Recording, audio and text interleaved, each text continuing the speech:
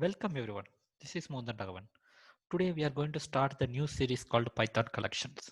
In Python, we have already data structures such as list, tuple, and dictionaries. But however, we can have other set of collections which is alternatives for the existing collections, which is nothing but your list, tuple, and a dictionary and so on. So in this series, we are going to see what are the different kinds of collections available inside the Python, and we are going to see one by one for the coming videos. Today we are going to see default dictionary.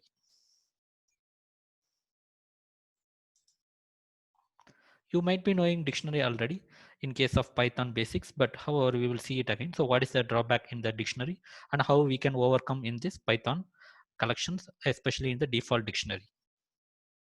The first one, you can see the simple dictionary here. It has the key and value pair, and we are going to print this one. So simple as it is. So just I'm going to run this. Before that, I will import the module default dictionary. Okay, fine. Now in this stage, we are going to execute without the default dictionary. We are getting the value because the key B is present in our dictionary. Let's say I am giving some other key which is not present in our dictionary.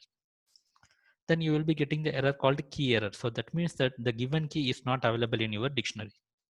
In case of simple codes, it's acceptable and we can handle with the key error, or we can make the try and accept blocks. But in case of huge projects or huge code base, that time every time you cannot expect the user or let's say the other programs has to give the proper key which is present in the dictionary. So in those scenario, we will be using the default dictionary. To use the default dictionary, there are multiple ways are available. We are going to see some of the main available methods.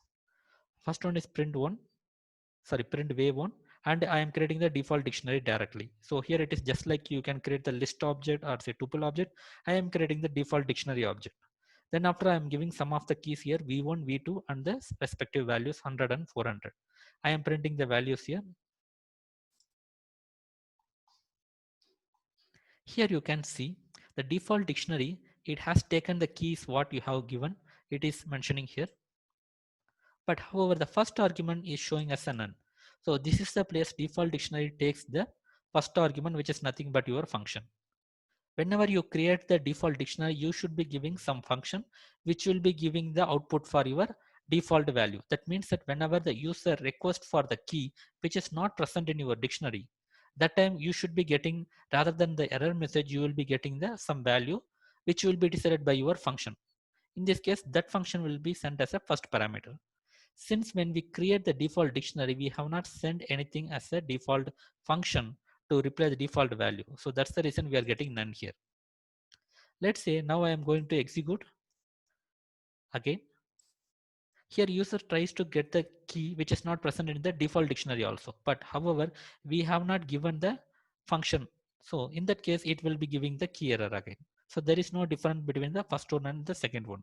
It will make sense only if you give some default method or default function inside the default dictionary, then it will be making sense more. The second way here you can see, here I am creating the default dictionary, but in this case, I am just giving the one function, callable function.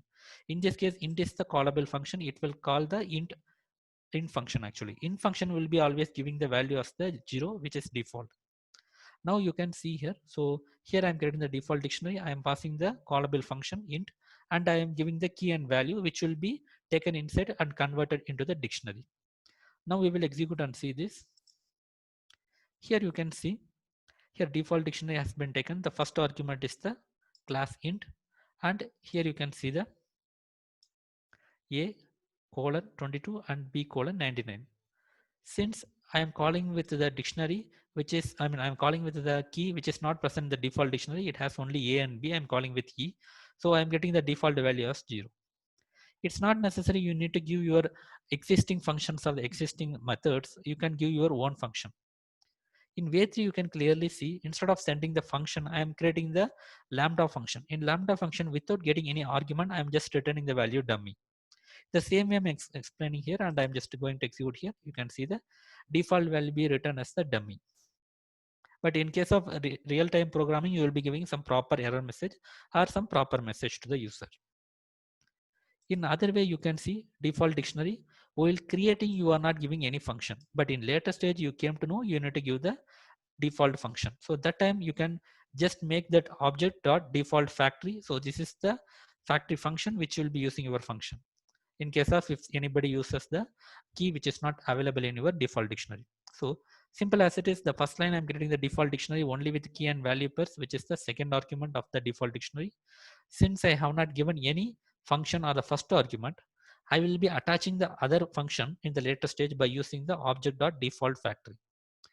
So the default factory will be added to the existing object def underscore dict. Then after if I am calling something which is not present in your dictionary, it will be giving the default value. Just execute, you can see the default value has been written when you call the default dictionary. The key is E. And next one, last way. So here it is a separate one. So you have the dictionary already and you can create your lambda function and you can pass the default, the dictionary which you have already. I am passing here the dictionary and I am creating the function which has to return the default value if somebody requests the key which is not present in your dictionary.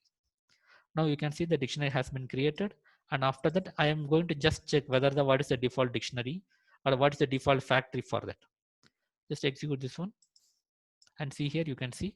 So the default dictionary has been created, the object has been created. The function is the lambda function which is anonymous function, and then the dictionary has been passed here. See now in this case, if you want to get the values which is not present, for example, I am sending the E which is not present in the dictionary. Either in the, it is not present in the default dictionary which we have created in line number 3. So when you call this one, it will be returning the default function. So which is calling the lambda function, which returns not applicable. So this is the way default dictionary works. So it saves your time whenever the user wants to get the key which is not present in the default dictionary. Or sometimes it's like ongoing dictionary. Let's say you are keep on adding the dictionaries in the future, but at the same time you need to handle the users which are requesting from the dictionary. So that time you don't need to handle it in the exception. Rather than handling in the exception, you can directly write the default dictionary. It will be very useful. And the good point about default dictionary is like in future, if you want to change some other function, directly you can just assign the function to the new function so that the default return value will be changed. In case of except block, you need to change the except block. Again, if you want to change, again it will be keep on changing the except block. But in this case, you can set the lambda function or let's say the default function at any time for the any function. So this is the good thing about the default function, sorry, default dictionary in the collections. So in this video, we have seen what is default dictionary inside the collection.